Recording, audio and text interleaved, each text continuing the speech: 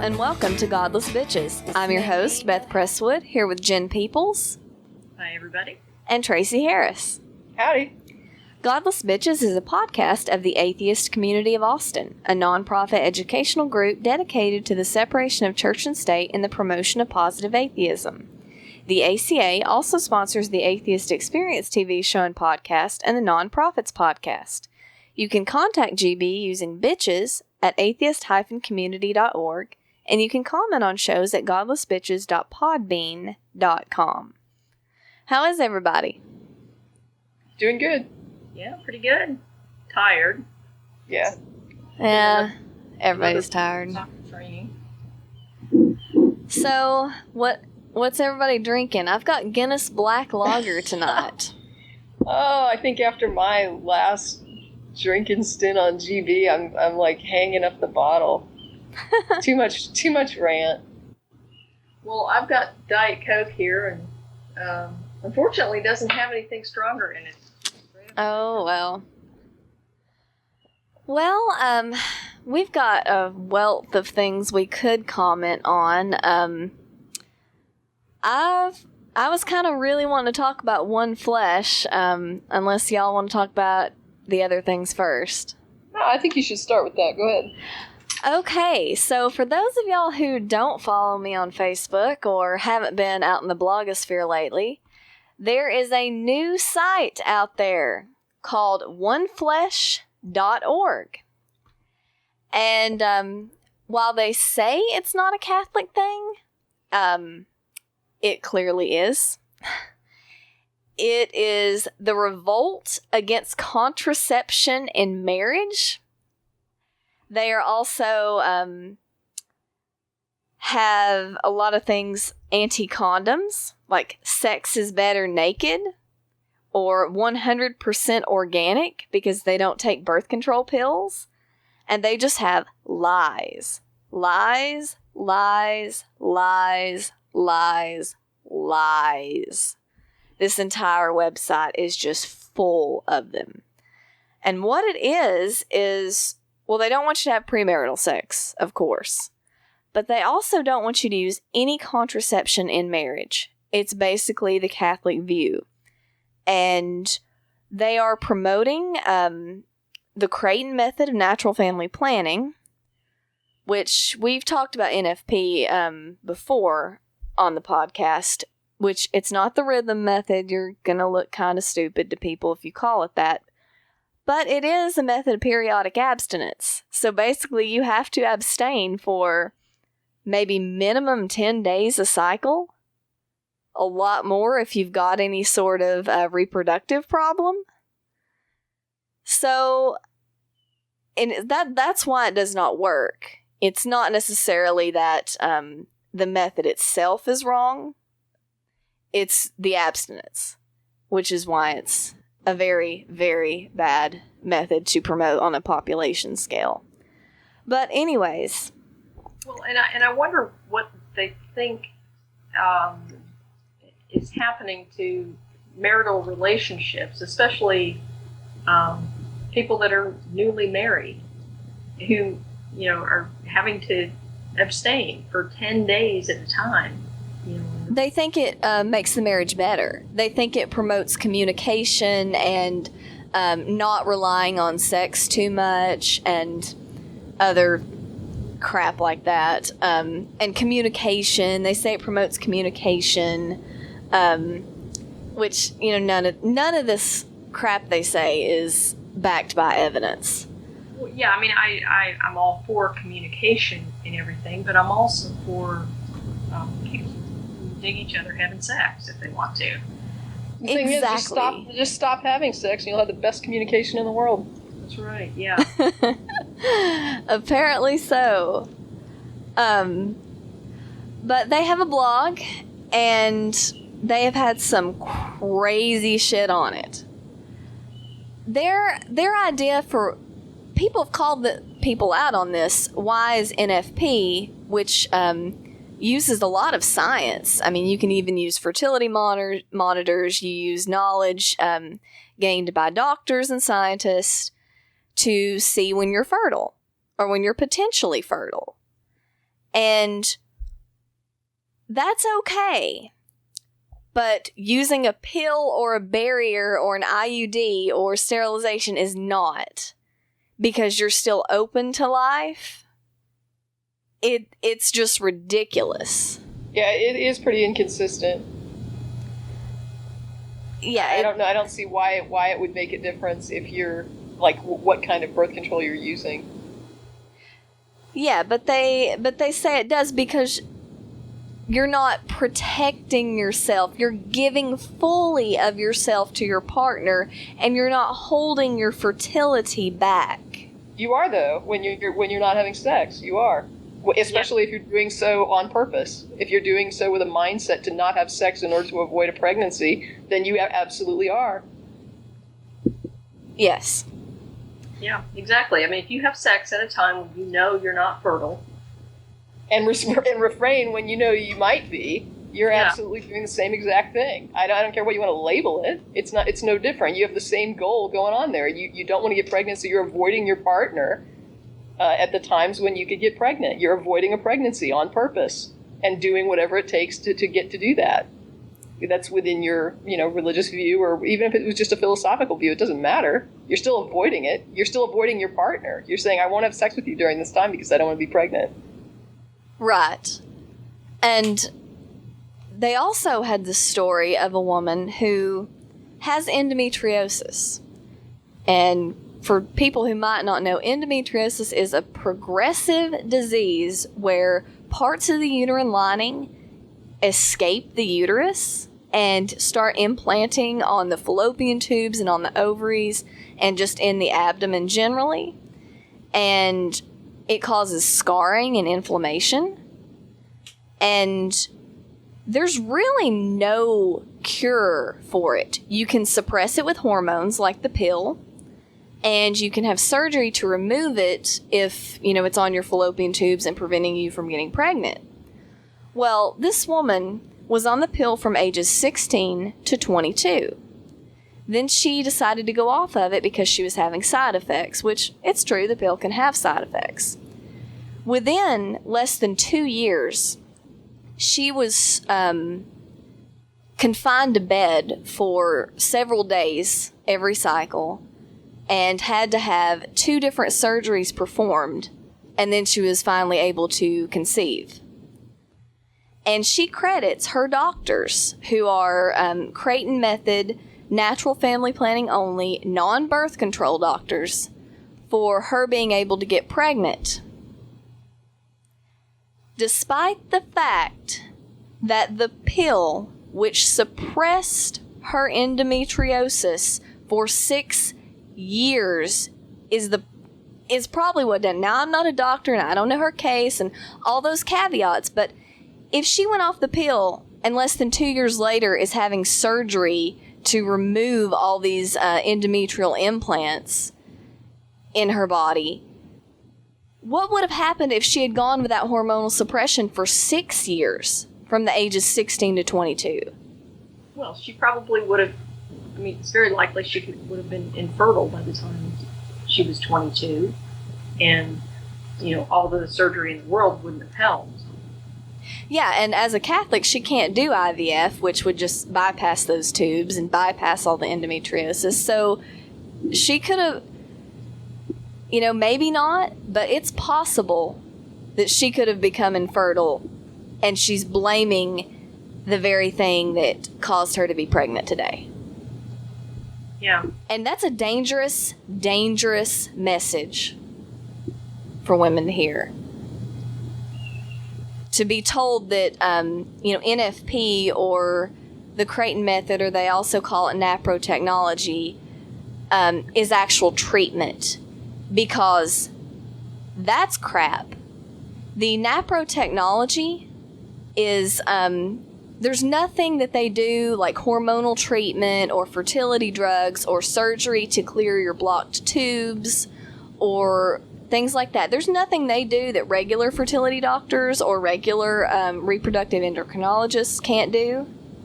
They just don't offer the effective treatments like IUI, insemination, or IVF that people might need to get pregnant. Well, and you know, I think it's useful to point out too that if you really don't want to use the pill or some other method of birth control, if you really do want to do this natural family planning thing, I don't know that I've ever met a gynecologist who wouldn't help you do that. Sure. If you want to do that, they're willing to do that, because I mean, basically, it's not something that's harmful to you. To do natural family planning, you do have a higher risk of getting pregnant using that method. And they'll disclose that. But I don't know of anyone that wouldn't help you do it. But the other thing that they'll do is that if you do have a serious condition like endometriosis, they can give you legitimate medical advice that will help you preserve your fertility and not be doubled over in pain, confined to a bed because of this disease. Yes. And I mean, there's stories. I read one on another pro-life site where a woman went to the doctor, said she was having menstrual cramp issues, and the doctor offered her the pill, and then she said, "No, I will never ever take the pill." And the doctor was like, "Well, okay, I don't know that there's much I can do for you." And then she wrote this big long blog post about how dare the doctor just throw her the pill and offer her the standard of care. And I know, she went to the doctor, asked for a medical opinion. That's what she got. Just because she didn't like it doesn't mean it was the right thing. I have to agree. There was, I have a physician. You kind of expect, you're going to get different solutions to a problem depending on who you go to. If you have like a hyperactive thyroid and you go see a surgeon, the solution is we cut out your thyroid. If you go to, a doctor that's, just an MD, not a surgeon, they're going to tell you we're going to irradiate your thyroid. It just depends on who you're talking to. If you ask either one of those doctors, how do you treat this? They treat it differently. Now, I'm not saying that the surgeon would recommend surgery as a first order. If you weren't a candidate, like if you were a better candidate for radiation, they would probably tell you you don't need surgery, go to another doctor. But if you asked him, how do you treat this, he's going to give you a surgical answer. If you ask another doctor, how do you treat that, they're going to give you a different answer. And I remember once, I have a doctor that I like, just a regular doctor. Just not like nothing special, just, MD. And I had somebody that went to her just asked if I knew a doctor, and I said, yeah, this is my doctor, and they went to my doctor. And my doctor recommended, they had some issue, and my doctor recommended a prescription. And after that, the person was kind of like the same way. They were sort of negative they were really down on that. And they were just like, they didn't even talk to me about diet, didn't talk to me about, and when she complained to the doctor, like, why didn't you talk to me about my diet? Why didn't you talk to me about these other, is there something else I can do besides a drug? The doctor responded and said, I'm a doctor. I'm a medical doctor. I'm offering you a medical response to this. If you want nutritional advice, go to a nutritionist. I'm not a nutritionist. I'm an MD. I can offer you a prescription. Now, I don't care if the doctor would give, nutritional advice. And a lot of times the doctor will hand you like an informational sheet depending on your issue. There are some issues that are known to be treated with diet along with something else. And doctors will generally say, here's a list of stuff that would be good for you to eat or not good for you to eat. But the fact is, if you want nutritional advice, go to a nutritionist. If you want a medical opinion, go to a doctor. And if you're going to a doctor and then complaining that they gave you what is the first line protocol to treat an issue, that just doesn't make any sense. Yeah, well, and it's like, over the course of my life, I've had various sports injuries and orthopedic issues. And, I've gone in to see different doctors for those. And it's kind of like the example you give here. You go to a doctor and, if the doctor is doing their job, they're going to look at you and say, okay, I think you need, a prescription anti-inflammatory drug, to break up the inflammation or something like that. And I've had a lot of doctors say, look, the best thing you can do is go to physical therapy. and here's a list of physical therapists. And, to me, that's exactly, like what you're saying. You walk into a doctor, you want a medical opinion, they give you a medical opinion. If you've got something that they can't treat, they're obligated to tell you that. Yeah, I remember I went in one time and there was it was a little bit of high cholesterol. It wasn't real high, it was a little bit high. And the doctor was just looking at statins. And I'm like, well, I know statins mean you have to monitor your liver and you have to, I'm just not really into that. And I don't think it's that high. And that's me, you know what I mean? That's like my opinion on my body. And I have to work with my doctor on this. And she's saying, would you like to get on a statin? I'm going to recommend a statin. And I was saying, let me look at this for a while. Let me try some lifestyle changes and see what happens. So I started eating differently. And it came down. It came down within range. Now, one thing I learned, and this is just a handy tip for people, it's about what you do eat, not what you don't eat. There's a lot of people that think you have to, just go on this really restrictive diet to bring down your cholesterol, but really start eating almonds and not the quick oats, but regular oatmeal. Way better than all the vegetables you can down. Actually brings your cholesterol down. It doesn't just stop it from getting higher. So that's what I did. We went on, me and my husband both went on, oatmeal all the time, almonds all the time, cholesterol dropped, plummeted. And it doesn't work for everybody. And if it hadn't worked for me, and she was like, look, you did the diet thing, it's not bringing it down, and this is a dangerous indicator for heart problems. So at that point, I might think about, well, maybe I have to consider a statin. You know what I mean? It's about just what you're comfortable with, what you're, but I'm not going to get mad at my doctor for not telling me to go eat oatmeal. That's not what she does. She didn't go to school to study, oatmeal. She went to school to study medicine. And a statin is a medical response. Yeah, and that's the thing. One Flesh will throw out these things like the birth control pill can cause strokes or blood clots. And you know what? That's true. It can. But you know what else causes them? Pregnancy. Yeah. Pregnancy has a much higher risk of blood clots and strokes. Well, not only that, but they leave out the little caveat that's in there, and that is that the risk of strokes and blood clots is significantly higher to women in women who also smoke and who are over 35. And if you are a non-smoker and under 35, your risk of a stroke or a blood clot just from taking birth control pills is pretty small. I mean, like you said, pregnancy is a lot higher risk of those two things than birth control pills. Yeah, and I mean, ultimately, though, there's no campaign of lies with this. It's like, when you get birth control pills, you get like a little pamphlet that comes with that drug, just like with any drug, that says, here are the known side effects, here are the known complications, here's what this can cause, that's not good. And you can look up the percentages of, how often does this happen? It happens in this percentage, it happens in that percentage, it has a small number of people report, blah, blah, blah. Here are, like Jen is saying, here's risk factors that might increase your odds of a bad outcome. Well, there is no misinformation involved in this. If somebody says to you that, did you know this could cause blood clots, like there's some conspiracy to withhold that information from the public, it's ridiculous. This is known information. Your doctor tells you this when you get the prescription. They hand you the information right there in your hands. Yeah.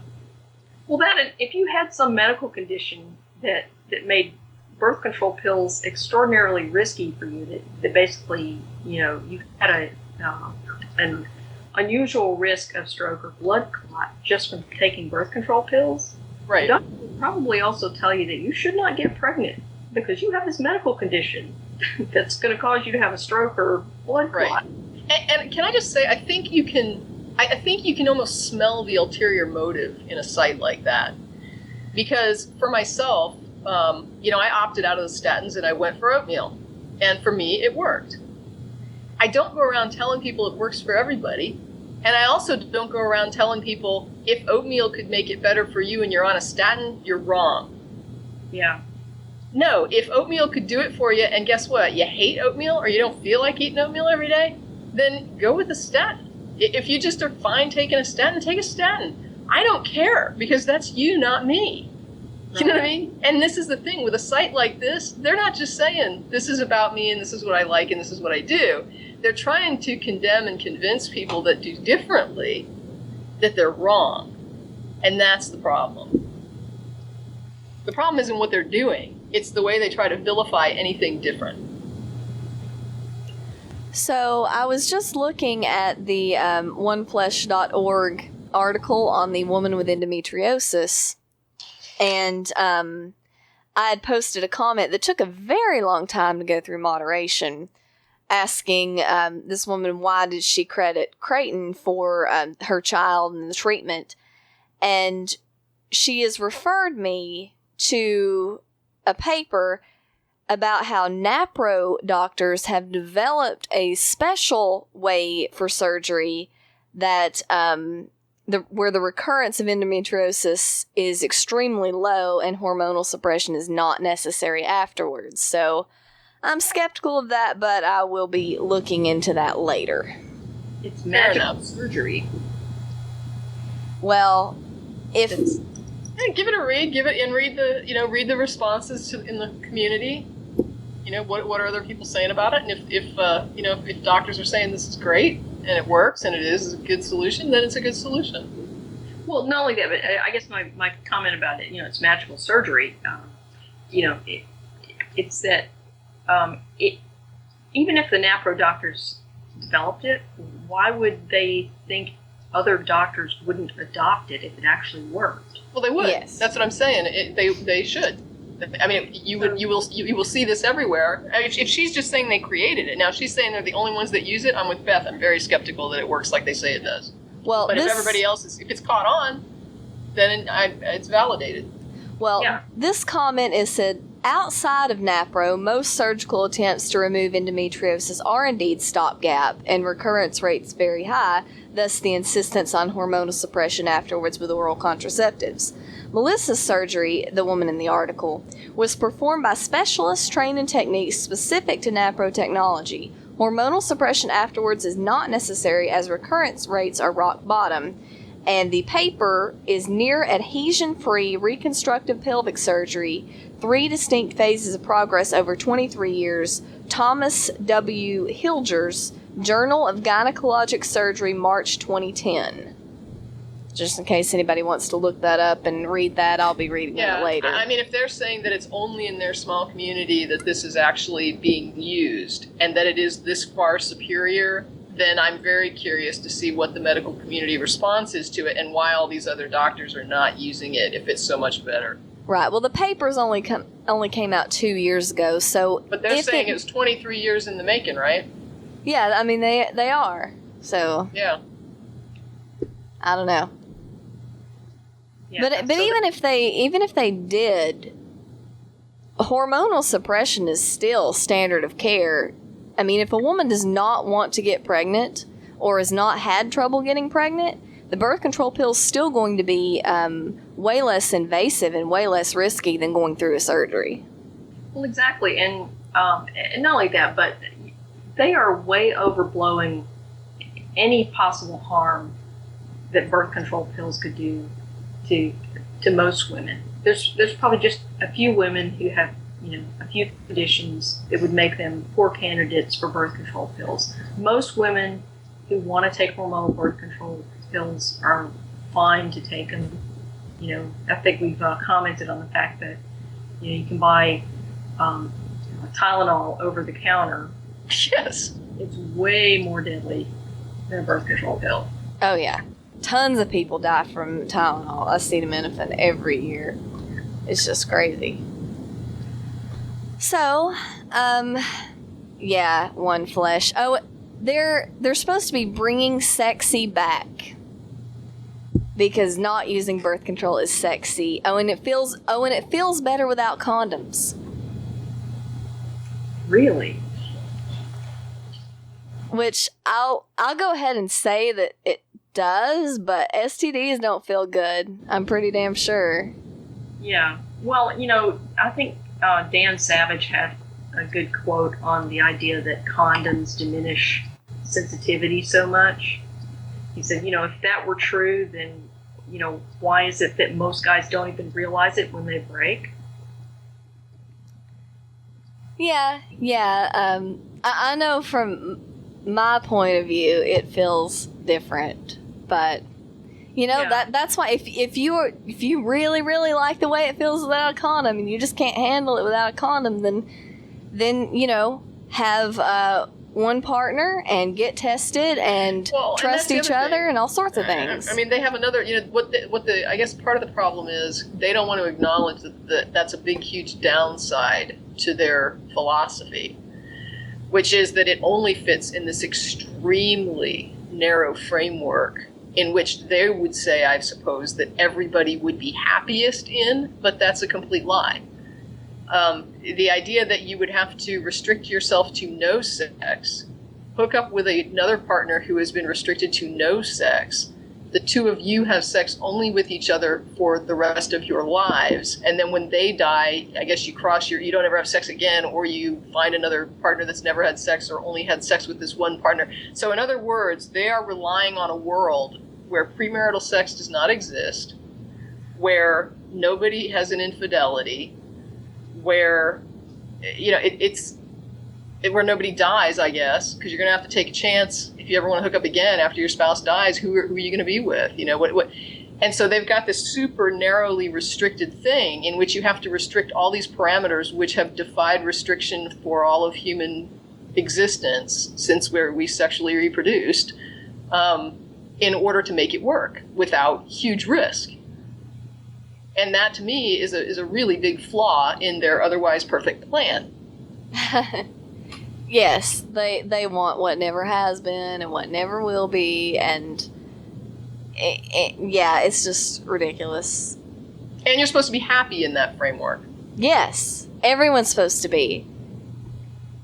And, they think God will make you happy, that following God, which... they don't get to insert God until they demonstrate there is one, so they need to come up with a secular excuse for why this works. Well, they're trying to. They got nothing. They're trying to. They say, birth control pills cause this, and condoms don't work, and all that crap, and, yes, but semen makes you happy. I guess it depends on the context of that statement. They say so there was the study that came out that compared depression rates in women who used condoms and women who did not, and women who didn't had lower rates of depression. Well, of course it's causal, right? I mean, that demonstrates a direct cause. That couldn't be anything but. Yeah, it couldn't be sampling bias or anything like that. Or also, different. You have all these other factors. You know what I mean? It assumes that everything is being equal between the set of women who would use condoms and the set of women that wouldn't. You don't know what the parameters are there. What does that indicate? Let's say that there really was a correlation. I mean, let's just assume it for a minute. That they found a valid correlation between happiness in people that don't wear condoms and states of happiness in people that did. Let's just pretend. You'd have to know what other differences happen in the lives of people that are wearing condoms and people that aren't. What else is going on there? And without that information, you're really, you're restricting this, and you're saying that those two groups are the same. Because what's really happening is, let's say, for example, that they're doing this, like you have this Catholics, right, that don't believe in this contraception, and they're spreading this to other Christian communities, this philosophy, and so they have studies that try to demonstrate correlations between, like, religiousness, going to church, for example, and, like, happiness. And then you look at factors like, instead of having a visceral reaction to it, a person might think perhaps the social support and network and just the happiness that comes from being with a group of people that you enjoy hanging out with on a regular basis, maybe that does make you happier. And maybe that is, one benefit of a religious lifestyle that you don't get as easily with a secular lifestyle, because they're not as organized in a secular, lifestyle. And so then you end up with people who have all this social support, who are also into this doctrine of not using contraception. And you're saying that, having sex without a condom makes you happier. Now, all of that was just pulled straight out of my butt, but it was just used as an example to say you can't you can't just take a fact like that and make any assumptions about it. Even if you find an inarguable correlation there, you don't know why it's happening. Yeah, and they really, if I remember the study right, they just fucked it up. They just made this huge leap to that there were chemicals in semen that made women happy and fought depression, and it just somebody's phone, and it was just crazy. And yeah, I don't even know what to say to that. Well, the other article that I was reading on there, they were talking about condoms were helping spread HIV in Africa. That, that it was the condoms that caused it because of the failure rate, and that, condoms encouraged people to have more sex, and then, when they failed, then that exposed people to, more HIV and stuff like that. And that is not true. I mean, they were touting the ABC campaigns, the Abstinence, Be Faithful, and Condoms campaigns in Africa. Mm-hmm. ABC campaigns don't work. There's only one part of that equation that actually works, and that's the condom part. The abstinence and the be faithful part, abject failures. And, if we want to know what that looks like, all we have to do is text Texas. Mm-hmm. Yeah, when you sell people on a philosophy that requires an unrealistic, demonstrated unrealistic, this isn't just like, unrealistic according to me. This is unrealistic according to all of human history and prehistory. There is no fidelity, what I mean, to speak of in like a overall human context. Yes, a person can have fidelity, but as far as the community of human beings, that doesn't happen. Right. And so when you're touting this thing that takes a population where infidelity and multiple partners is a undeniable, apparently unchanging reality, and you tout part of a philosophy that then discourages them from taking precautions, you are directly responsible for harm. Yeah. Yeah, and one of the claims that One Flesh and other people have used, you sort of mentioned it with the condoms make people have more sex. They have this idea of risk compensation. Basically, when sex is really risky and you don't have any way to halt the consequences, they say that people don't really have sex that much, or they have less sex. And then as soon as you give them something, give them condoms or whatever, they start having so much sex that there will actually be more unwanted pregnancies and STDs because those condoms and things are not 100% effective. That's not what I don't think that that's demonstrably true. And I know too many people who were, I guess, indoctrinated to not have sex, and what really happened was that when they did have sex, they ended up being unprepared because they weren't prepared.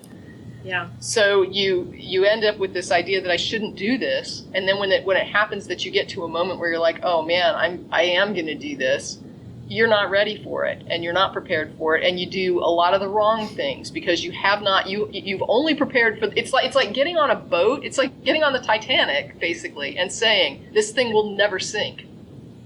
And then when it gets a hole, you say, why didn't we put more lifeboats on it? Oh crap, because we thought it wouldn't sink. This is what happens when you don't prepare for a risk. When you tell yourself that risk is an impossibility, and you are unprepared, you hit that moment, and you aren't prepared for it, and all the wrong things happen because you never planned for this scenario. It's a very bad risk management philosophy to just simply say the bad things aren't going to happen, or I'm not going to change my mind, or this can't possibly ever occur, even though you see all around you that it's occurring. Well, denying reality and saying reality is never going to apply to me is a really, really bad life philosophy. Yeah. Yeah. Well, I have to laugh at this idea that condoms put people at greater risk of HIV because, one of the greatest risks of contracting HIV outside of, a blood-to-blood transfusion or, blood, direct contact with somebody's blood in your bloodstream, getting a tainted transfusion or something. One of the highest risks is, receptive anal intercourse. And, there's like generations of gay men who came of age in the age of AIDS and they're HIV negative. Right. And they've been having lots of anal intercourse. Yeah. With condoms. Or with, fluid bonded partnership or something like that. But that entails using condoms and testing for a long period of time until you get to that point. And then, they still have sex with other people. They've had lots and lots of sex. And they're HIV negative. And so, this puts a lot of that claim that more sex means a higher HIV rate.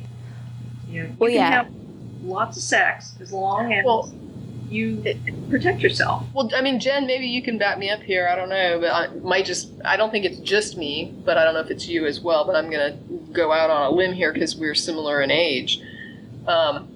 I know a lot of people my age who are the products of marriages where they were premature firstborns.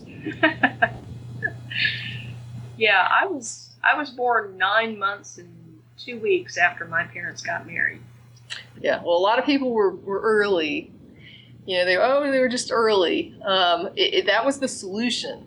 When my parents were younger, it wasn't that nobody was having sex out of wedlock. It was that they were getting married when they missed a period. Exactly. And that was the solution. And so you ended up with marrying people that you had sex with when you were too young to really be responsible or know what you were doing. And so you ended up in these really unhappy unions very often where you were there because you had kids. Yeah. Yeah. Well, and I mean, frankly, my parents got married when they did because my mother thought she was already pregnant. And there you go. It turns out she wasn't. But, right. A month later, it didn't matter. Yeah. I don't see that as much anymore. Yeah. But I sure see there's a lot of people, like I say, at my age that I talk to who are like, oh yeah, that's why my parents got married. And that was the problem solved. Wash your hands of it. It was not a happy solution by any means. But it was the only option these people had other than public shame and humiliation and ostracization. Is that a word? Being ostracized. And, if you didn't want to just, you were that or you went away to visit an aunt for the year.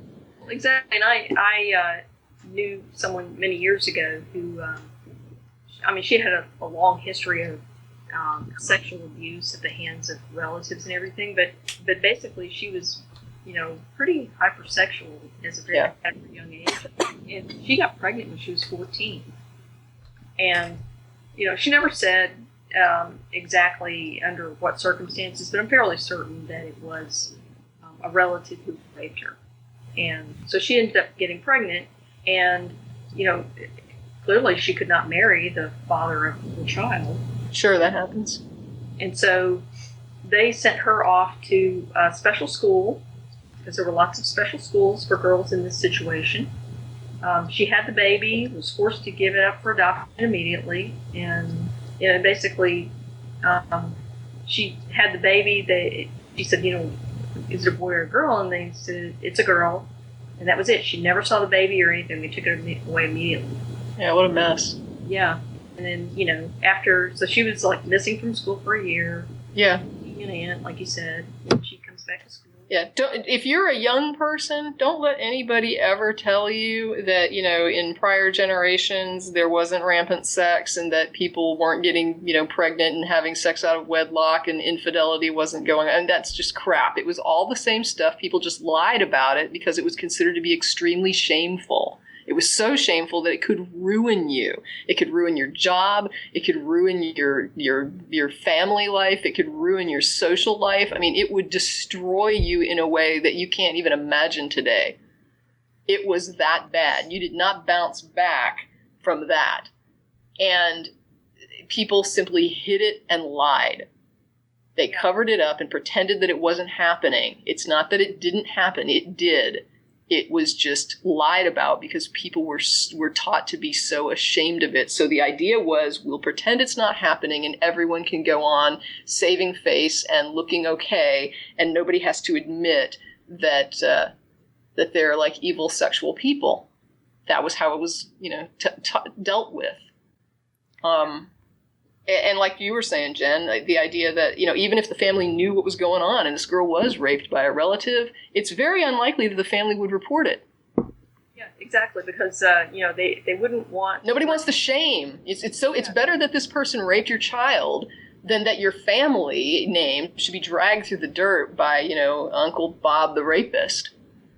Well, but her family even blamed her for, letting this happen, that they basically, she put herself in this position. The women all the time back then. You were the whore.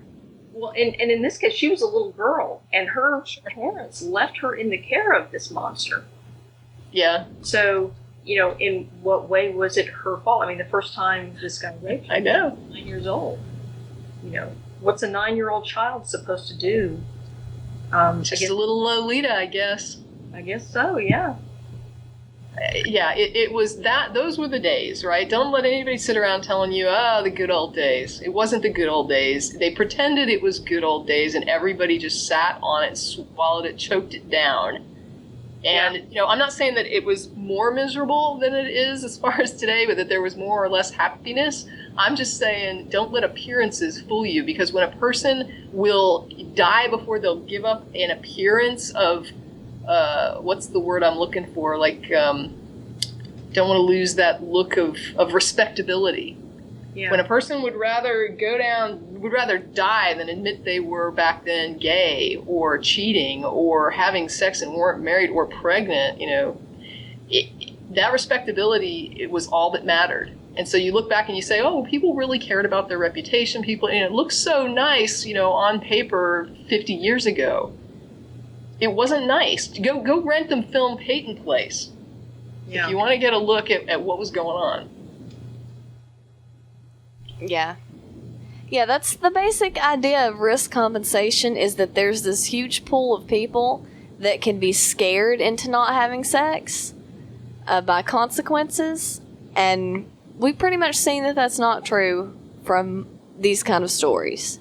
Well, and that whole scared of consequences thing, that's worked so well in the war on drugs. Well, I mean, it's like if you were sitting around a conference table and saying, okay, well, let's talk about ideas. We want to talk about ideas to cut down STDs and unwanted pregnancies. And what do we have? Like, let's throw some ideas out there. And somebody says, I've got a plan that I think would be, pretty much 100%, it would work 100%. Okay, what do you got? Okay, well, first of all, nobody ever has sex until they hook up with with one person that they then stay with till they die.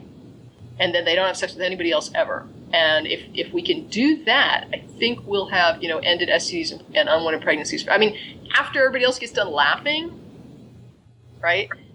Then you have to get to the real ideas. Because, again, when your plan does not factor in reality, it's a fail. It's an automatic fail. You're not factoring in reality. Yep. Well, I have another story if we'd like to get to that. Okay. So Daniel Tosh is a comedian, and I don't really know anything about him. But he was telling some jokes. He was doing a set in Hollywood, and he made some rape jokes. Female audience members sort of called out, maybe heckled him, and said, rape jokes are never funny. And what do you think he said? I think this is the one where he said, wouldn't it be funny if, like, 5 guys raped her right now? Yes. Or there's a couple of conflicting reports, but most of them at least say something about rape and this woman was said. So, and yeah, so wouldn't it be funny if she got raped by like 5 guys right now because she interrupted my set about rape jokes? Yeah. So Daniel Tosh is a douchebag. Yeah, and I guess the point is that it's not that rape jokes can never be funny, because they can. I mean, one of the examples that I read was Sarah Silverman told a rape joke, and it went something like, "I was raped by a doctor, which for a Jewish girl is so bittersweet." And so, it's like, okay, you can see the humor in that. That's not the problem. Is that, first of all, Daniel Tosh doesn't do rape jokes very well. He's not his rape jokes are not funny. Okay, and the real thing that bothered me about this whole thing was not that he told a rape joke, and not that it wasn't funny. It's that he singled out this one woman in a way that, if a man had interrupted his set, he would not have invited 5 guys to rape this guy. Yeah, I don't think so. In fact, I don't think he would have invited any kind of violent assault on this guy. He may have insulted his intelligence or his looks or whatever, all kinds of stuff. There are many opportunities that he could have taken advantage of because he was offended that somebody interrupted his set. But, to call for the violent sexual assault of someone just for interrupting your set is a little over the top. Yeah, it's a disproportionate response. And before we even get any further, free speech, free speech, free speech, not calling for censorship, not calling for censorship. If anybody emails and says that we're calling for censorship or that we don't respect Daniel Tosh's free speech, just fuck you. I attempted to have 2 threads on this on Facebook that I eventually did have to censor and close down because there were so many people coming on to accuse me of just wanting to censor everything and why shouldn't we have rape jokes? Should we just have no jokes? And slippery slopes all over the place. Well, and the answer is that assholes who say stuff like that, that go all the way to, well, we should just have no jokes. No, those assholes should have no jokes because clearly they don't understand humor. I mean, and I understand there's a certain level of hostility in comedy. That's how it works. But I think Daniel Tosh crossed a line, and his right to say whatever he wants to say does not exempt him from criticism for it. Criticism is not censorship. Okay. Yeah, I was looking at this a lot because you said you wanted to talk about it, and I was like, well, I really wanted to think about this, and it to me was an interesting topic that has so many layers to it that there wouldn't be time to even go through it all in a single GB. I mean, to me, this was an extremely complex issue. Yeah. And when I got done sort of processing all these different steps to it and saying, okay, well, there's this aspect of it, and there's this other aspect of it, and then there's this other aspect, and this over here, and there's this and that. And there was like so many tentacles of what is involved. What are the different things that are involved in this issue? It's huge. And when I started to think about how would you even address it, like how would you address it on the program, what the conclusion I came to is that you almost have to address it backwards. You almost have to start with the incident and then work backwards in order to unravel this thing.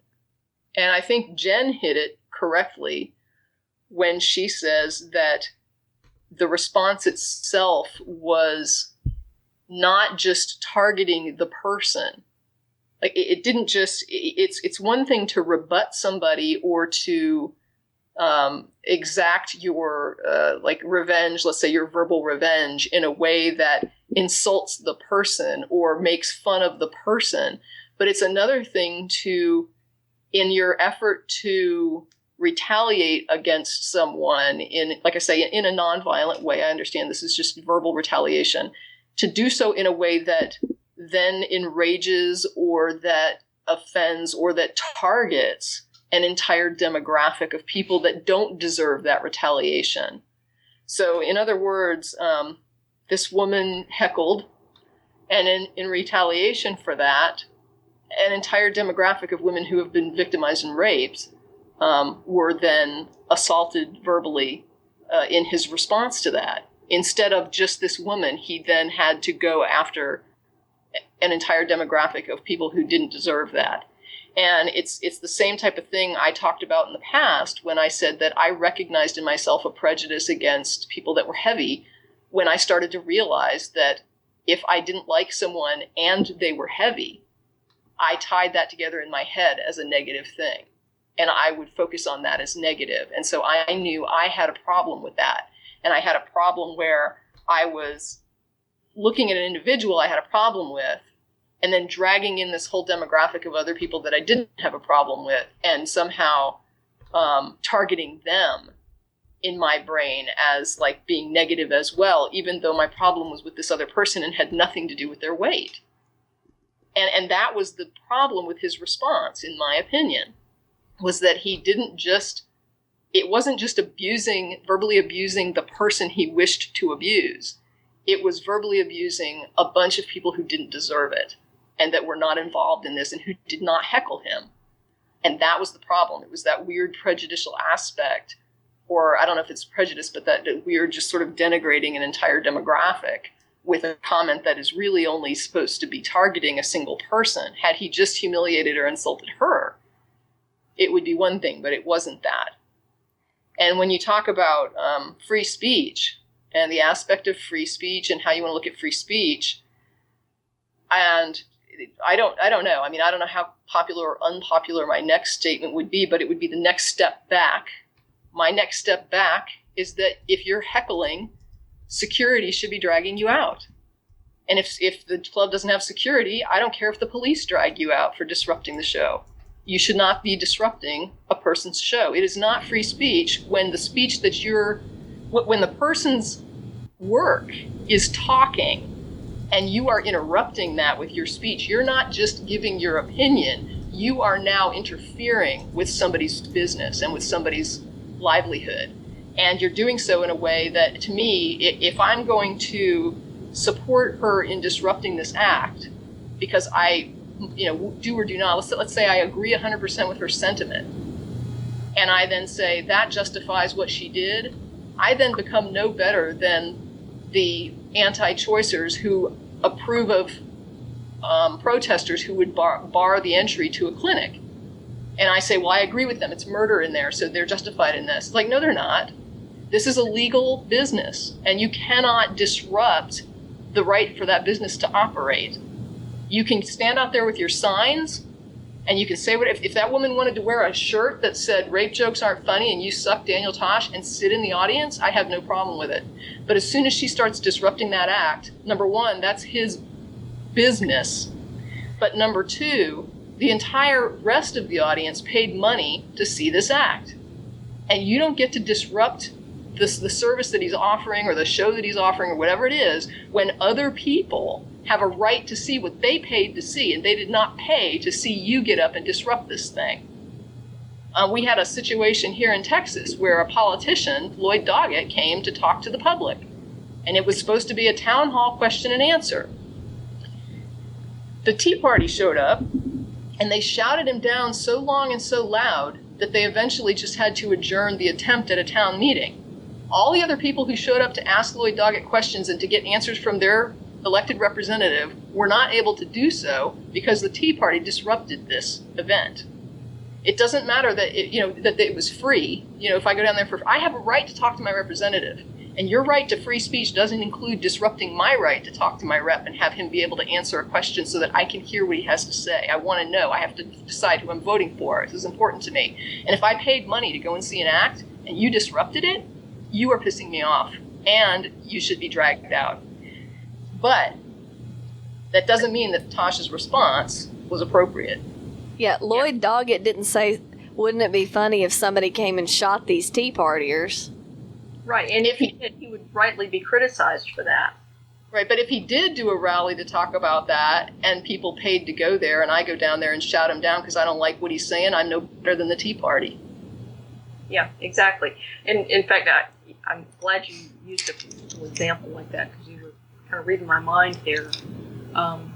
And not only that, but, if you stand up and you disrupt something like a comedy act or a political rally or whatever, sure, you're within your right to stand up and make a statement, but you should expect to be thrown out. Yeah, absolutely. And really, I agree with you that, security should have been right there. They should have escorted her out or whatever. And that would have been the appropriate response. You're not entitled to stay there. And this is why I wanted to start with what was wrong with Tasha's response, in my opinion. And then I wanted to move to what was wrong with what she did. Because she's not held harmless, but she did not deserve that response. Well, she did something wrong. She crossed a boundary and she violated the expectations and really the right of everybody that paid money to be in there and enjoy an act they wanted to see. Doesn't matter if she didn't like it. If they liked it and they wanted to see it, that's up to them. They paid money for this. Exactly. And so she doesn't like it. And in this case, I would say, if you don't like it, leave. And yes, I do expect you to leave quietly, because otherwise you are being disruptive in a way that is not equivalent to just free speech.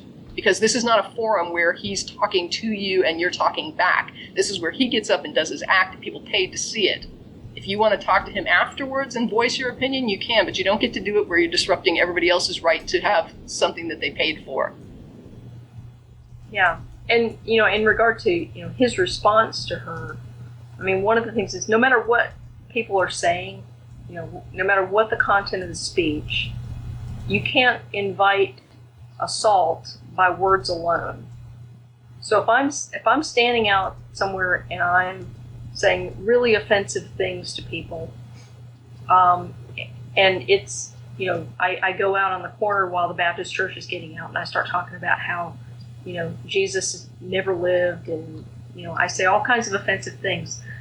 No one would be justified in assaulting me just because I said something offensive. Correct. Mm-hmm. Yeah, but I just want to make it clear that, I got no problem with free speech. Yeah. I think, Tosh has a right to say what he wants to say. He can do his act and be as raunchy as he wants to be, and people can pay money to see it if that's what they're into. And if somebody doesn't like it, I think they need to respect all the rest of the people that are in there, and they need to walk out quietly, because there is no way that I can unhypocritically justify her standing up and heckling and say that I support that, because there are in other situations where I would disagree with that same thing. I can't stand up and say that, I agree with what she said, and therefore the principle is suddenly acceptable to me. That's not how it works. The principle does not become acceptable. The only time it becomes acceptable to, I think, violate the law, or, violate other people's rights, or whatever you want to call it, when it becomes acceptable to me is when you have a real demonstration that due process is subverted. Yeah. So when you have an issue where, for example, let's say that you've got, the civil rights era South, where the law is all in the Klan. Well, clearly then the law is not on your side and it's not working, it's broken. And so when you have civil unrest or civil disobedience, I guess, in a situation where people say we are going to break the law on purpose as a means of responding to this, you had better have a really ironclad argument to show, or some evidence to show, that the law is broken and not working like it should in a way that is completely unfixable in the current climate. Otherwise, if you're doing something that's not legal and disrupting somebody's business because you don't like it, is not legal, and Tosh is not breaking the law. Yeah. He's doing his act, and that's what he gets paid to do, and other people pay to see it, and you are the one that is on the wrong side when you start to disrupt that, just like an abortion protester blocking a door. Yep. Yeah. I mean, exactly. And the thing is, I think it shows something, though, when all I can post is something like, rape jokes are really kind of iffy humor. People need to be very careful with them if they tell them at all.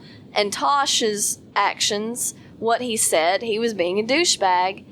And the pile-on for this was amazing. I had to defriend half a dozen people because I can't see any defense for Tasha's statement to me is not defendable. I think he apologized for it. So I mean, either there was pressure or he realized there was a problem with it. But you don't if you're having an issue with somebody, for example, and they're black, you don't bring that into it. You don't need to bring that into it. Your problem is with the person, not the demographic, not the race. Well, Michael Richards had a heckler who was black a few years ago, I think. Right. Yeah. It was. And used the N-word, and nobody, well, there might have been somebody, but people did not defend him like they're defending Tosh now. They didn't say, oh, he was heckling, so he got whatever he deserved, or anything. It was it was, pearl clutch, gasp, and I don't think he's ever recovered from that. Yeah, when you say some horribly sexist, horribly racist, horribly insensitive, awful thing that applies to a large group of people because you have a problem with one person, you've just brought the wrath of that entire demographic down and everybody who's sympathetic to that demographic, and you invited that criticism. I mean, there's no other way around it, and yes, I don't want people to think that the reason I'm going off on the heckler is because, it's like, look, this guy makes this horrible reference, and you're focusing on this woman and how wrong it was to heckle. Like, what is wrong with you? What I'm trying to do is demonstrate to the people who Beth was talking about, who are saying, well, you just hate free speech, that I am fully in support of free speech. I would be in support of security or the police dragging that woman out. But I don't see how that justifies what Tosh said. It's completely wrong. His response was, like Beth said, it was too much. It was way too much. It was an entire group of people that he attacked, and not just one woman. And that group of people has a lot of sympathy because they're horrible, crimes. They're victims of horrible crimes.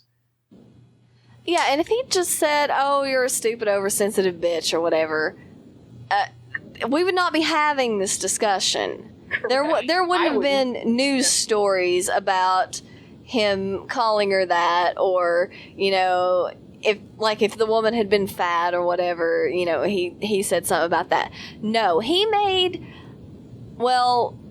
didn't make a threat exactly. He couched it in terms so that it wouldn't really be a threat, but it was threatening.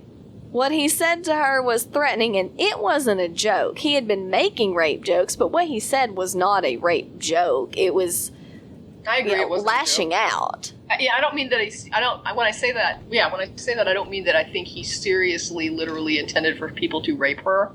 What I mean is that it wasn't part of a comedy act. It wasn't a funny statement. There was no joke there. It's like saying, I hope you freaking get hit by a truck on your way out. Except that they're victims of, there's if people were being victim, if it was, for example, a person in a demographic that was routinely run down by people in trucks as like a social thing, and you said to that person, I hope you get hit by a truck when you leave, that would be considered extremely horrible, as opposed to saying generically, whatever, get bent, you know what I mean? Get hit by a truck on the way out. If you say that to one person versus like a demographic who is targeted for the abuse of being run down by trucks, and you don't see the difference? Yeah, I actually posted an article about, it was a comedian who was using what if guys got their dicks cut off? Like, what if, 1 in 5 guys had ever gotten their dicks cut off, yet nobody talked about it, and everybody thought that they were immune to it, and somebody made a bunch of jokes about it. It would be the difference between telling somebody to go hang yourself versus telling a black person in your audience, go get lynched. Yeah. It's that kind of difference. And it's like, wow, you have to see why one would be more incendiary than the other. Yes. And just because we're like, Tosh shouldn't have said that, and he's really kind of a douchebag, and rape jokes just aren't something you should throw out willy-nilly. That's all. We're not calling for any sort of action other than, people should talk about this, and maybe they should make a decision whether or not to support people like that and comedians like that and go to their shows or whatnot. But I wasn't even calling for that. And threads got out of hand. Yeah. I mean, I'll turn on Tosh.0. I watch the program not like regularly, but if it's on and nothing else is on, I'll turn it on because the videos are just will crack me up. Some of the stuff he does is just goofy. But, I mean, he's like the king of saying stuff that half the time the audience is going, "Ah," you know, it's like not even a chuckle. It's like, "Oh my gosh, I can't believe you said that." That's his humor. But then he follows up with pretty quick little things, like he'll be like, "Yeah, you're awing now. It took you 2 minutes to get it." You know, and everybody will chuckle. And it's kind of like this, "Oh, that was that was really bad." And then he sort of catches it up with a sort of real joke, you know, and it's always this really, I would say that his humor is like super off color and just super inappropriate, like on purpose. That's his shtick. Yeah, but you can go too far, and when Sure. you're calling for, wouldn't it be funny if rapes and all that happened? Yeah, it's too far. And if you're a comedian or an entertainer or of any stripe, you probably should play to your strengths. And rape jokes just aren't Tosh's strength. He doesn't do them well. Yeah. So clearly that was a completely reasonable response that we shouldn't get any emails about, isn't it? Yeah. Yeah. So, that was, I've got other stories, but that was the two things I really brought tonight. What else do we want to talk about? Well, I don't know. Tracie, you want to dive into this? God, do I was late to the party, even though it was about me. It was, I guess, my party, and I didn't even know they were throwing it. And I kind of am embarrassed that it is. I'm embarrassed that it involves me at all. Because I just, it's like I almost wish it was somebody else. Except that I wouldn't wish it on somebody else. But yeah, it's just as a setup. We get mail to the list, and if anybody doesn't, I don't know how many. Most people, I would assume that listen to GB are familiar with TAE, the Atheist Experience. We have a mail list, and on that list, we get all kinds of letters from people that may need help. There's some people who are going through divorces because their spouse has become religious, or they became an atheist and their spouse, they were both religious, and sometimes there's like child custody issues. We get letters from children who are living in situations where they're afraid of physical abuse or being literally rejected and thrown out of the house if their parents find out that they're atheists. Sometimes they're gay and atheist, and they're just like, I don't even know how to begin that conversation with my parents. We'll get letters from people who are tell us these big, long testimonials and saying things like, I grew up in this religious home and I bought into this, and my family was abusive, and they were just spit and don't spare the rod. My mother would, make us read the Bible till 3 a.m. And then I believed all this stuff, and I was really crazy. And it wasn't until I started to, somebody gave me a book by Dawkins, and then I found your show online, and, it wasn't just your show, but you really helped me. We get these letters from people that need help. We get these letters from people saying, I'm having this argument, and I feel stuck, and I don't really know, I know there's something wrong with what this person is saying. Like, I can sense that there's a problem with their logic, but I can't really locate it. Is there something, what am I missing here? And they're looking for helps with, apologetics and counter-apologetics. Have you ever heard this claim? Are there any responses to this? Have you seen, we get all these letters that involve things about the show. Kids who are saying at my school they're doing this religious thing and I don't think this is legal, and who do I contact? Some of this stuff gets very serious, and then every now and then, and I don't want to say I want to make it clear that this is not a normal thing.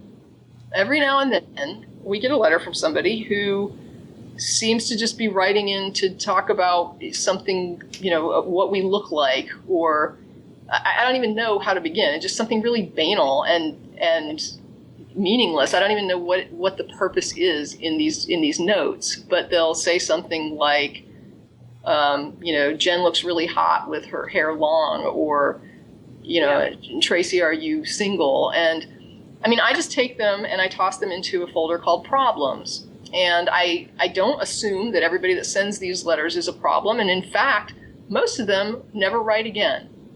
So statistically speaking, most of them aren't a problem.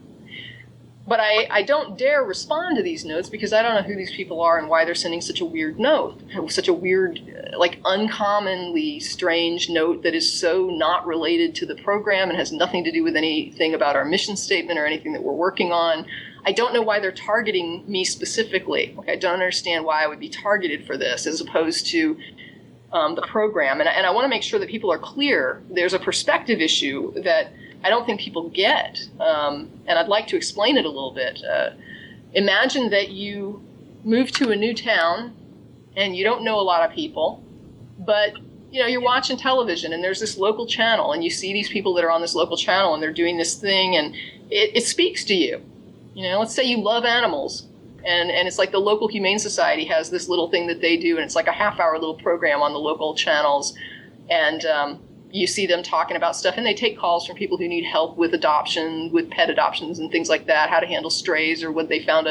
And you just think this is great. So you start calling and you think, these people are really helpful. And hey, I know a good, helpful piece of advice for that. So I'm going to call this show and I'm going to tell them, what I think, because that might help some other callers. And so you get integrated into this. And one of them says to you one day, we have like this meetup for our shelter workers and stuff, if you want to come down and meet with us. And so you're like, okay, I'll go down there. You go down there, you meet these people that are doing a lot of good. And they say, you know what, you would be perfect in some of these volunteer roles that we have. Would you like to volunteer? And you're like, no, not really. I don't have time, whatever. You keep going, they keep asking. And finally you're like, all right, I'll help you out. I really like the group. I'll join the group. I'll pay the dues. I'll volunteer. What do you need? Well, we do public outreach. Would you be willing to answer the phones? Like maybe just an hour every month and a half or so? Yeah, I could answer phones. I mean, I don't know that much. I'm not really involved. No, it's okay because we can help you out here. I mean, it's like you just do your best. You talk to the public. We've got information on what our association offers and some resource things that you can have that would help, that you can give to people when they need help or they're looking for something. And we just need you to be able to talk and help people out that have questions about adoption, animal adoption, whatever. Okay, all right, I'll do that. So as time goes on, they're telling you, hey, we do these slots where we do these little public announcements, and you've seen like Jean who hosts the little half-hour thing on the animal adoption. And would you like to maybe get on there and help us out, like co-hosting with that, and you can like kind of talk to people about adoption, pet adoption or whatever. And you say, yeah, sure. So you get involved in the pet adoption thing and you're talking to people, and you do the little slot with her on the local channel, kind of just pimping the local shelter and trying to help them out with these animals and answer people's questions, because you know what it's like when you needed help and these people were there for you to talk to and give you advice. And so it's a great community where you're able to really help out and make a contribution, and they have a great organization. They're doing a lot of good. And then you start getting letters that are from people saying, I've found this animal, it's got a broken leg, I don't know where to take it, I can't afford the vet bills. And you're really, your heart goes out to these people and you're helping them out and you're trying to do a good thing. And then you start getting notes from people saying, wow, you look really sexy on the TV. I really like, how you look there. Your hair looks great. Are you single? And you're like, what the hell is this? Like, I don't understand this. Like, okay, whatever. And so you just file that one away. And you get another letter, and it's like somebody that's just like, oh, I really love you. And I watch the public announcements like every time you're on. I tune in just hoping you're going to be on. And you're my favorite announcer. And I just, and it's like, and sometimes they'll write you like 3 or 4 different letters. And you're just like, okay, this is not like a personal attachment here. I'm doing this. I'm helping out with an organization here. I don't know why you're focusing on me. Do you have something about pet adoption that I can help you with? And it's one thing to get a letter from somebody saying, I really like what you guys are doing. I really like the outreach. I really like the humane pet service that you present. And I like the fact that you give this information to the community. And I even perhaps like your approach to it. You really express yourself well, and you're very helpful to the callers. But when you start making personal commentary and focusing on a single person, it's like, at what point did this become about you instead of about this mission? What in the world shifted the target from the focus of the mission to you specifically in this person's head? That's the part I don't understand. And it's the part that I don't see a need to understand, because they shouldn't be writing to me in that capacity. They should be writing to the show. And they need to understand that the show, we are cogs in a big machine. And we're bodies in a chair, and we answer the phone. We are association volunteers answering a phone for a program. And we're trying to get information out there, and we're trying to make a dent in a very big, dangerous system, which is a religious system. And it's frustrating to get a letter from somebody that doesn't understand that, who thinks that this is about me. And I think sometimes when I respond angrily or I respond in a way that is negative, people are thinking like, man, is she full of herself? And it's like, no, in fact, I have no full of myself. That's why this annoys me. It annoys me because you're not focusing on the program and the work and the effort and what's being done. You're like, Tracie is so cute. And I just want to say, what the hell is wrong with you? If you don't even understand the purpose of the show, why are you watching? I'm not there to entertain you. I'm not your tap dancing, doll. This is about a show with a mission. It's serious. We try to have a good time. We try to have fun. We don't try to make it boring and horrible. But at the same time, it's not a personal invitation. It's an effort being made here for a community. And, it's not about me, and it's not about Jen, and it's not about Martin, and it's not even about Matt. Any one of us could be replaced at any time, and that show will keep going, because that's the important thing. It's the mission that matters, not the people. Don't focus on the individual faces. We don't matter. I don't know how to make it any more clear. And I don't know, Jen, correct me if I'm off the rails. No, I agree 100%. I mean, the show is currently in its 16th year of production. It existed long before any of us were on it. It will exist after we're gone. With any luck, and as long as religion is causing problems, I hope that's true. And I just don't get how, like a person who writes and says something like, Tracie is so cute, and they don't understand why that's frustrating. Yeah.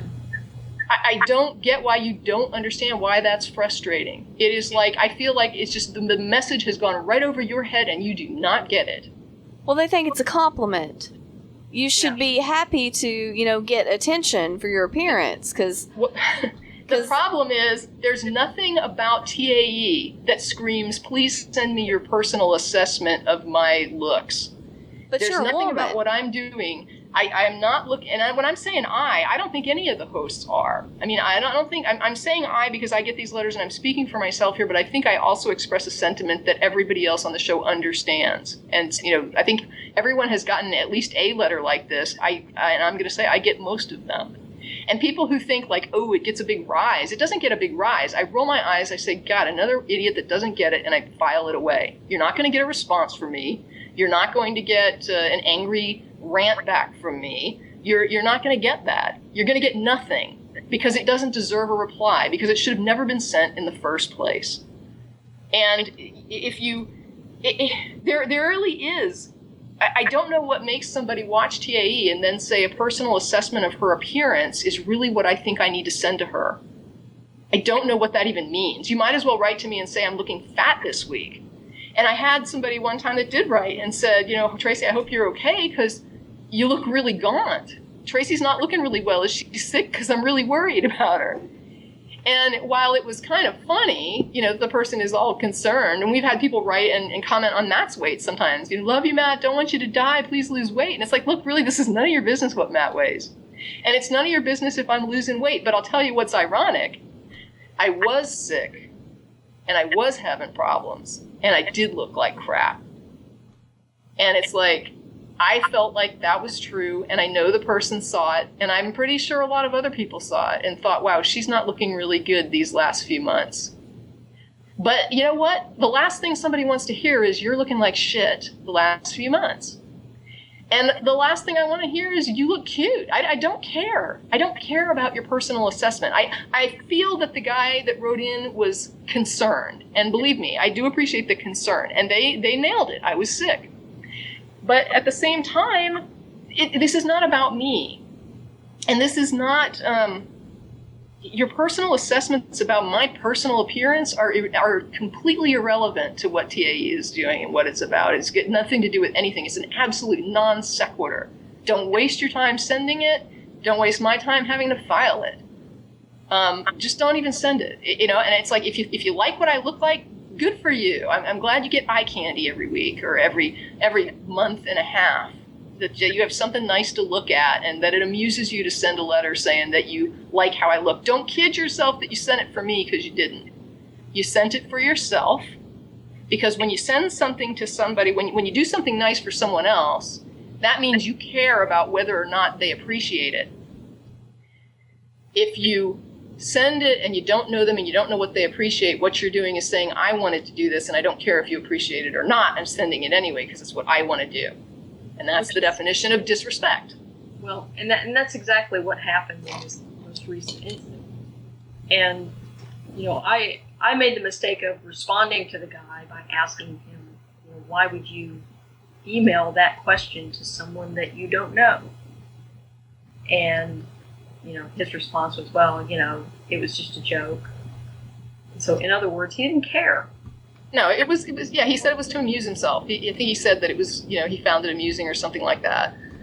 And it's like, okay, whatever. We get more emails than we can open. And while it's one in, like I said, it's a rare note. We get it enough for it to be a little bit of a trend, but it's not so often that it's like, But the reality is, when I go into those emails, I've got a limited capacity because I work a day job. This is volunteer work, people. I go in there and I've got a certain amount of these things that I'm going to open, and then I'm done opening them. And all it takes is a couple of those for me to say, that's it, I'm done with email. I can't open another letter assessing my appearance by some stranger that doesn't know me, who thinks that this is why I'm on TAE, so that I can hear what people think about what I look like. That's not what the show's about, and that's not what I'm expecting in my email, and that's not what the email is for. This is about issues related to the show. Use it for that. Yeah. Well, and there have been a couple of people who've said, oh, well, this is the price of fame. This is what you get for being famous. It's not fame. It's like, first of all, I'm not famous. I'll tell you how not famous I am. Okay. Last week, I was at dinner at El Arroyo after the show, and things were kind of breaking up. People were leaving and everything, and I walked up and introduced myself to this young guy that I hadn't seen before, and I said, oh, are you visiting, or did you just move to Austin or something? And he said, no, I'm just visiting. He said, are you visiting too? And, yeah. And I said, no, I'm one of the co-hosts. And he's like, oh, you're that Jen. He said, I never watched the show. I just listened to the podcast. So I don't know what anything is. And so that's funny, But I mean, at the same time, in that story about agreeing to volunteer, agreeing to answer the phones for the association for an hour every month and a half, agreeing to let them upload that so that people can hear the answers and the dialogues and get that information disseminated. At what point does that person stop being an association volunteer with a 501c3 local and become, quote, famous or celebrity? They don't. I don't think that's celebrity. That's an advocate. That is a public service representative. That is not famous. Yes, it is in the nature of somebody working in public, public outreach. Yeah. And it is in the nature of people that are, working with associations to, contact the public, that they are public, but they are not famous. Yeah. I wouldn't call an association public outreach person famous. And that's all I am.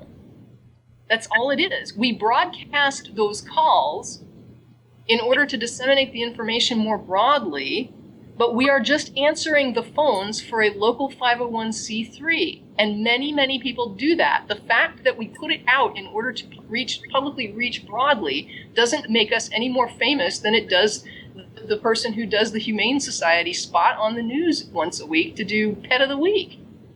I don't know her name, but she's up there with a dog or a cat every Saturday. You know what I mean? It's like, but she's not famous. She's a Humane Society public outreach representative.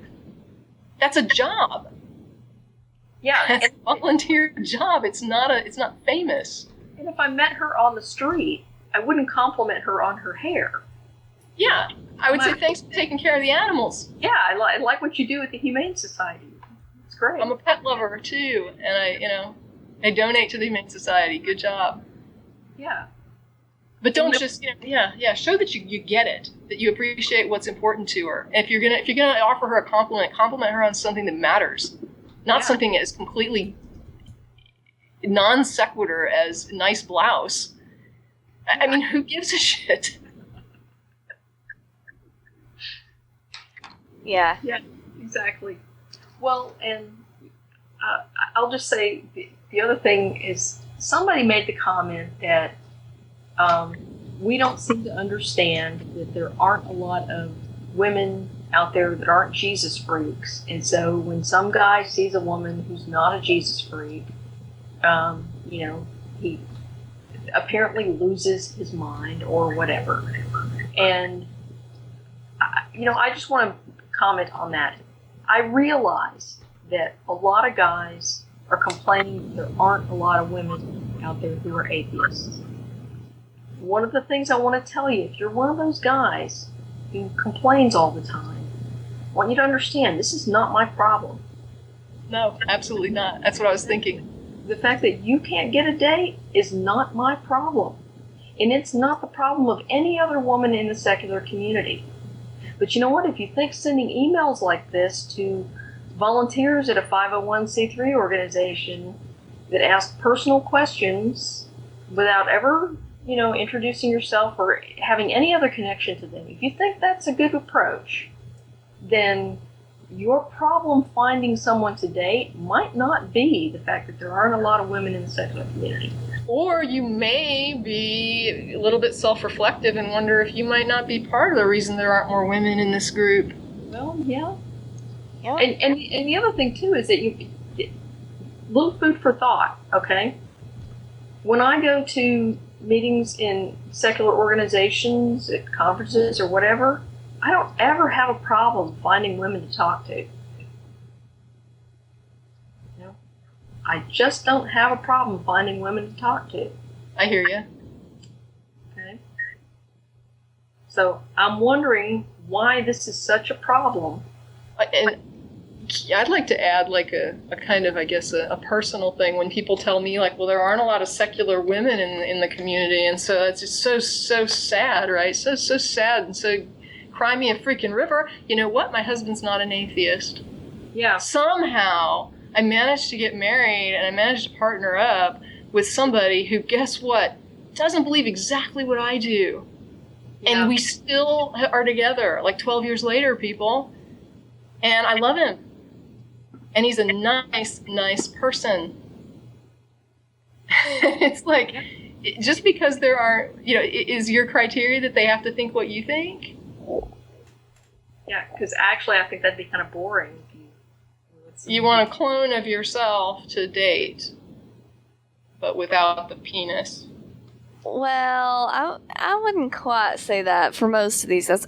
When I hear guys saying this, it's oftentimes guys living in Tennessee or Alabama or North Carolina or many of those places where if they live in a small town, they're not going to find liberal Christians or agnostics. It's all fundies near them. Well, and fair enough. Fair enough to say that would be a person with a complaint about dating. And they have the same issue that gay people in those small communities have. Fucking men. And you know what? I'm sorry, but you might have to move to a bigger city to find the community you need. I mean, I'm sorry, but until atheism gets to be more widespread, you might have to go where the atheists are. Well, your point, Jen, reminds me of something that I saw one time, and I mean, clearly I can't speak from experience on it, but it made me think about it. And I don't know if you have any experiences like this coming from your background being gay, but this guy was talking about how he's gay, and he said that sometimes he doesn't have a lot of gay community, and he's like, if I go to a party, a lot of times my friends who are straight, if there's like one other gay guy at the party, they'll be like, oh, come meet him. Yeah. Like, oh, we're both gay, therefore we will get along and hook up. It's because we're gay. Yeah. And I realized, like, when he was talking, it's like, yeah, that does sound really stupid. Like, you're gay and he's gay, so clearly you'll automatically get along, or it's like, And that was such a weird thing to conceive of. You know, it'd be like if I went to a party and there was a bunch of people and someone says like, oh, you have to come over here and meet so-and-so. She's a woman too. I would be like, what the fuck does that even mean? Like, I don't understand that at all. Yeah. It was very weird to hear somebody saying that. And I was like, yeah, that would be really strange. Yeah, it's almost like, you know, people that find out they have, you know, the same breed of purebred dog. And it's like, oh, let's put them in the kennel together and see if they'll mate.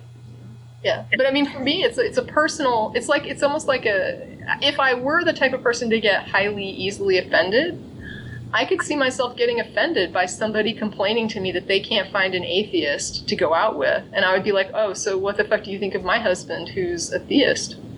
Yeah. Like, what does that mean? Did I, you know, I shouldn't be married to him? Yeah, well. He's clearly not, you know, not marriageable material because he believes in a God. Well, what the hell could he possibly have of any value or worth? I mean, how could a person like that be, you know, be a human being? Yep. Well. Oh, and also Austin Klein has announced publicly, so I don't mind saying this, that his wife is a theist. Oh. Wow. And if you don't know Austin Klein, you need to look that up, and that should amaze and astound you that his wife is a theist, and she's a theist that helps him with his website. So Dave Silverman's wife is a theist. There you go. Yeah. It just goes on and on. Expand your pool. Now, I do agree with Beth. When you get extreme ideological differences, it can be extremely difficult, and you can have real problems when kids come along, especially when the issues that you've got involve how to raise children. So I'm not saying it doesn't matter at all ever. And I think Beth was right to point out that, yes, you know, there are extremes in anything. But the idea that a person must, you know, align with you on all beliefs, or else there's no way that you could have a marriage, is a little bit myopic. Well, I don't think it's all beliefs, though. This is a really, really important belief. It depends on who you are and what's important to you. Yeah. To me, there are atheists that I wouldn't spend 5 minutes with, and theists that I would be fine hanging out with all the time. It just depends on the person. Yes, thank you. I totally agree. Yeah, for sure. But you can't marry anybody that thinks you're going to hell. That's a real quick criteria right there. Well, yeah. And the thing is, I mean, you know, Tracie mentioned, if you're going to have kids, you got to come to an agreement on how they're going to be raised before you have the kids. Because that's kind of a big deal. Yeah. I mean, any belief can be relevant. It just depends on what the people do with it and what's going on with it, how important it is to them, how much they're bringing it up, how relevant is this to you? And if only atheist is your criteria, believe me, you have a right to your criteria. You have a right, if you want to date only women who are over 6'6" and have blonde hair down to their butts and, you know, a size double D cup. If that is your qualifications for I don't look at anything else, you have a right to whatever you want to restrict your dating pool to. That is your criteria, and you may select it. And I didn't use that criteria in order to be flip, because honestly, I do think anybody, I think any of those criteria are set by personal values and just personal assessments about what matters to a person. And I don't judge anyone as being more or less shallow. If visual imagery is important to you, that's important to you. That's your decision. You know that. You know yourself better than I do. And if you could only ever be happy with an atheist, then only ever date atheist women. But one thing is, if you do like women over 6'6" with double D cups and blonde hair down to the waist or down to the butt, and you won't date anything else, I don't want to hear you whining that you never have a date. Yeah. That's up to you how narrow your criteria is. You can make it as narrow as you want, and I support your right, and I don't judge you on that. But I am going to say, when you start to say, well, you don't know how hard it is to find a woman, it's like, well, yeah, when you set your criteria to 10%, what is it, like 10% of the population is atheist / non-religious, which would be theists, right, in there. Yeah. And I know those numbers are often bandied around as how do you count them, and it's a little bit hard to count. But in general, you get a number around 10% is usually reported, I think, is what it is. And it's like, if you're going to restrict your pool that narrowly, it doesn't surprise me you don't meet a lot of women. But don't act like that's a shock. But the thing is, if you're going to restrict your dating pool to 10% of the population, okay, welcome to my world. Thank you. And thank you. I'm in a going on 12-year relationship with. There you go. Well, that's like, one of my friends is, another friend of mine is gay, and he's often said, I wish I was bisexual just so I could expand my pool. Yeah. And I hear you. And it's like, there you go. I mean, that to me would be, that's a criteria. You can't really flex much, you know what I mean? It's like, there's only so much you can do about what you find attractive. And that's why I'm not being judgmental about somebody being restrictive. When somebody tells me, if a woman said to me, I only date men that earn a certain amount, if a guy says to me, I only date women that have this size breast, that is totally up to them. And to me, that's just as much their right as somebody who wants to date someone that's got a double PhD. Doesn't matter to me. It's your criteria. You're the one's got to live with them. But when you restrict it, the more restrictions you put on it, the less you're going to date.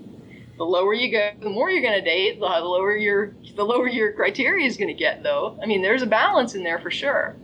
Yeah. But when you restrict it heavily and basically cut out a huge majority of the population as even being viable, and you won't even consider them, then you've just created your own dearth of dates.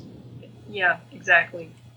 Well, and I can tell you that if I had decided to lead with some of the comments and emails that we get from people, I'm sure that my wife would have crossed me off the list right away. There's a way to approach people. Emailing strangers with your assessment of their level of attractiveness is not the way. Yeah, I don't know what makes people think that that's my reason for being on the show, or that's what I'm looking for or want. I don't know why they think that. Well, they think that because you're a woman, and as a woman, you're perpetually available and perpetually in need of, men's opinions of your body and your looks, because that's just what women are for. Well, one of the things I was thinking about that is if I'm going to say, I get pumped up when somebody tells me I look good, do I also get depressed and eat a gallon of ice cream if somebody tells me I look bad? I don't, my opinion of myself doesn't fluctuate based on what strangers think of me. Yeah. And if somebody sends me their assessment of my physical appearance, all I can say is, okay, you sent me an assessment of my physical appearance. I don't know why you did it. Has nothing to do with anything I do, and I don't think I asked people to do this, and so I don't know why you sent this, but you did, and I guess I'll just file that under, letters from people who want to tell me what they think I look like. I don't know what to say to that. I don't even know why a thing like that would come across our email. Oh, and please do not email the bitches list and say, just don't say anything about how hot or not hot any of us are. Don't encourage us. Don't discourage us. Just don't. Well, and you're always going to get, at this point, I kind of think, some people mentioned, you were talking about the blog, Jen, and some people mentioned on the blog that, this guy, John, was probably doing it just to get a rise. And I'm like, maybe he was, because I have made it more public that this is something I don't really, I think is juvenile. I think it's juvenile to send me a thing that says, basically, you are so cute. I did that when I was 12 years old to, boys I liked in my class, and I probably thought it about, people I had posters of when I was an adolescent. But since I've been an adult, I haven't done that. And I know that on the blog, some people were saying, well, he's probably just doing it to troll, basically. And he kind of said, I did it to just amuse myself. And so, okay, so you amused yourself. I'm glad you got to amuse yourself using our list, abusing our list, whatever you want to call it. But, what Beth is saying, it's we probably will get trolls that send it. And it's I just want them to know that it just gets filed. When we talk about it, or when I talk about it in an abstract, I rant. I get riled up about things when I talk about them in an abstract. When it actually comes across my desk, I don't give a shit. I just file it. It's not like I fume for a week. And in fact, most of them I just throw them on my Facebook wall and people laugh about them. But I don't know how often I'll continue to do it, because at this point I don't trust really that any of them that come through now that it's more public are even legitimate. I think at this point it's just people trying to be idiots, because they think it's funny. Kind of like what John did. Yeah. Yeah. Oh, and apparently, my even asking John why he sent the email was overly harsh. Well, I mean, to me, it's a mystery why somebody would send something like that to TAE. I don't know why. It's completely nuts. I mean, well, I don't want to say nuts, but it's really a non sequitur. It has nothing to do with anything we do, and so I don't know why someone would send it, and it doesn't make any sense to me. I think you nailed it. It was juvenile. Yeah. To send this, but like I said, that was one of the comments on the blog that it was really harsh. To even ask him why he sent it. Well, aren't you curious? It's like, I'm curious. I mean, I've often said that in my mind, I sometimes, when I see a thing like that, every now and then I think to myself, who is this person? And, what are they doing? Are they sitting at home in their parents' basement? Or, like, is it a 12-year-old? I mean, you just wonder, is it somebody that, like, what is with this person that are they just drunk? And sometimes I just think maybe they're just drunk. Sometimes I think it's just a child. You can't tell because you don't know who it is on the internet. It could be a little kid, but that even creeps me out more to think that it would be a child that would find me attractive. I mean, that's just kind of disgusting. And in fact, half the people that send these things are people that could be my kids. I mean, it's pretty unnerving when I think of it in terms of like that. Age especially just freaks me out because I'm just like, oh, dude, that's just, go date somebody your age. Like really, I'm over it. Yeah. But I mean, all I can say is that I don't think my question was in any way harsh. No. But there's nothing about the show that explains these emails. And anybody that thinks, like you said, anybody thinks that a public outreach volunteer for a 501c3 who answers the phone every month and a half and agrees to have it videotaped so that we can disseminate that information more effectively, and anybody who calls that celebrity or fame, it's like they have no standard of celebrity or fame. And I'm not saying that. I don't say that because I'm full of myself. I say that because I really am just like, if you think that's celebrity or fame, you have this weirdly delusional view. I don't know what you think we're doing here at TA. I don't know what you think this is. Yeah, and I've had so many people come to dinner that I meet for the first time that, watch the show or listen to it or whatever, and I meet them and they're like, oh, you look different than you do on TV. It's like, okay, well, that's fine. So it's like, I'm never recognized on the street. Nobody recognizes me. No. And this guy that I met last week, he didn't know he probably knows what a few people look like because there are pictures around the website or something like that, but he didn't know what I looked like. Have you ever been asked for an autograph? No. Me either. No. It's like, nope, me either. I don't know what to tell you. It doesn't seem famous. Actually, I think one time at Romeo's at lunch, we were asked to sign somebody's T-shirt. Yes, Okay. we were. A young girl. This is, I think, Godless Bitches or something. Yeah. Yes. I mean, I would do it, but I find it goofy. It's like, but if somebody wants it, I don't care. You know what I mean? It's like if when people come to the dinners or when they come to an ACA event, I absolutely feel like we are on. You know what I mean? Yeah. We are, when I am in an ACA event and I know that I do the public outreach, I feel like I am there as a representative. I am a representative anytime I go to an ACA activity. I have to be. Yeah. But when I'm not, but part of what I volunteered to do for ACA was not be a target of people's personal assessments of me. Yeah. That was never anything that I ever said when they asked me at ACA, would you like to help us out? Would you be willing to do this? And I said, no. And then finally said, yes. Okay, I'll give it a try, but I don't know if I can do this. And I do my best. But the thing is, it was never anything I ever expected, and it was certainly never anything that I didn't sign on for people to write and tell me what they think about what I look like. That was never something that I agreed to do when I said I would work for ACA and help them reach people and do something about, the atheist community and dealing with church-state separation, et cetera, et cetera. Well, yeah, and like you said, it's completely irrelevant to the show. The quality of the information I put out doesn't change whether someone thinks I look good or not. It's non sequitur. It's completely irrelevant to the information. And so if anybody didn't get the memo, it's about the information, the content.